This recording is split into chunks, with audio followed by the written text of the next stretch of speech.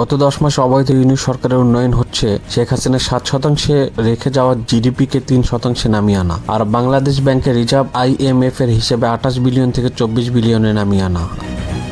বাংলাদেশ ব্যাংকের হিসাব অনুযায়ী গত 8 জুলাই এশিয়ান ক্লিয়ারিং ইউনিয়ন ACOকে $201 কোটি পরিশোধ করে কেন্দ্রীয় ব্যাংক। এরপরই রিজার্ভ কমে যায়।